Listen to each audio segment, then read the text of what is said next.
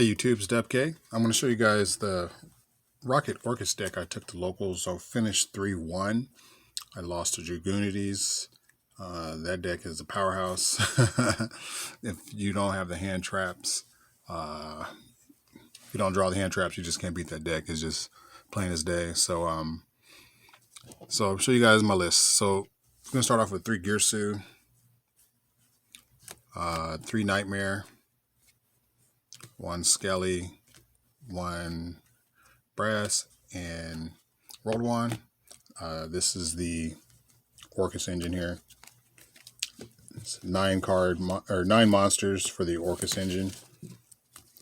I'm gonna try to reduce the bricks, so that's what's going on there. Next up is the rocket half of the engine. So we got the rocket tracer, recharger, and the synchron. And then to supplement that, we have the collapse serpent and wyvern burster. So a bit of a chaos element. I would have liked to run like other chaos monsters, but you really got to keep the consistency because Orchis is already prone to bricking. So, and I tested Chaos Creator and Legionnaire, and Brotar, and the whole shebang. But to make this work, you have to really sacrifice really cool plays to get maximum consistency. So that's the engine requirements for the monsters, at least. Next up are the hand traps. And we'll get the focus here. So we got 3 Lancia, 3 Meister, and 3 Ash Blossom. In the case of Meister, Bell is superior to Meister in most situations. However, Meisters are dark that I can add off of a card in the extra deck. You'll probably guess what that is. And then, of course, light for the Lancia. So I needed lights and darks specifically to make the deck work.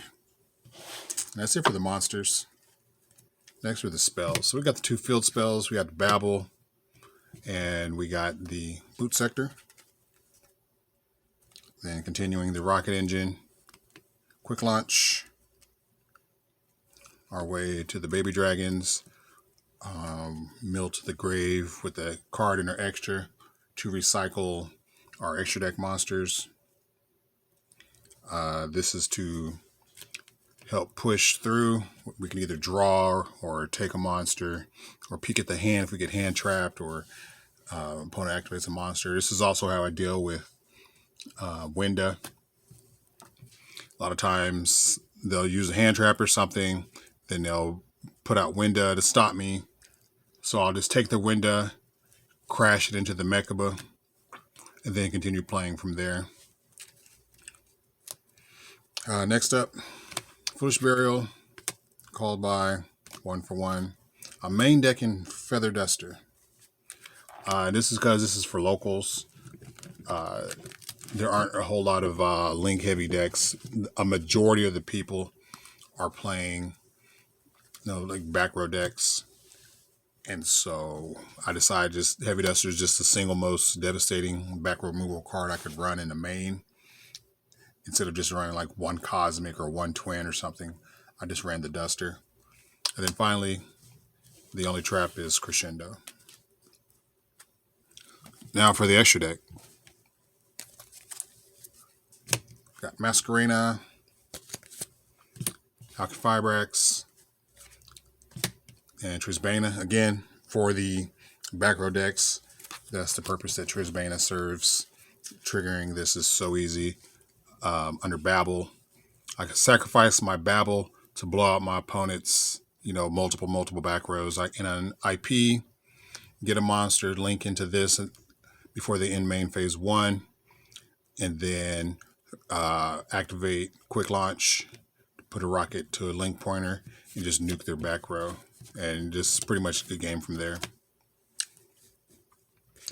Then some other utility. Got the Link Karibo, Unicorn, and Boral Sword. And then the engine requirements.